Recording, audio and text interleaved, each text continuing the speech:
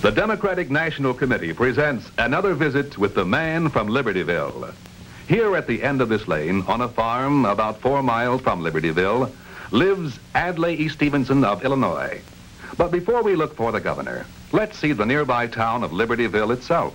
Here is the main street, the shops, and the church. Here in markets like this is where Nancy Stevenson, the governor's daughter-in-law, does the family shopping. She drives in several times a week. And because Libertyville is like many other American communities, and because Nancy Stevenson is like so many other young wives, she's learned quite a bit about how much groceries and the like cost these days.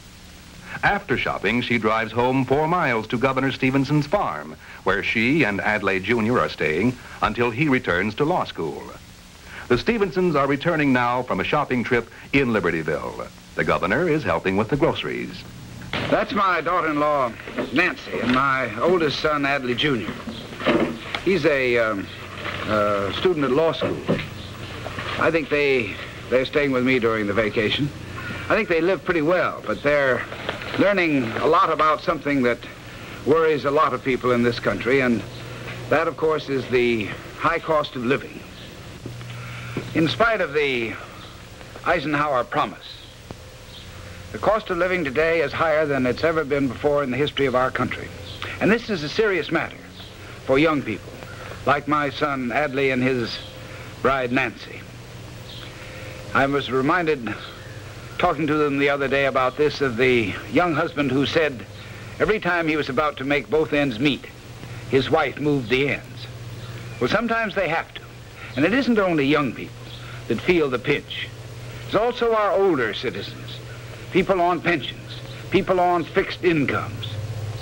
For example, I believe almost 1/2 of all of our older citizens don't have a sufficient income for a really decent standard of living.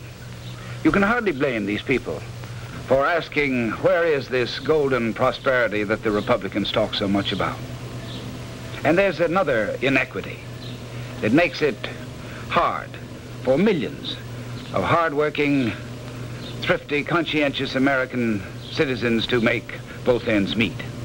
Eisenhower said that there would be tax relief, and there has been to some degree, but it was for the benefit of the well-to-do and for the big corporations.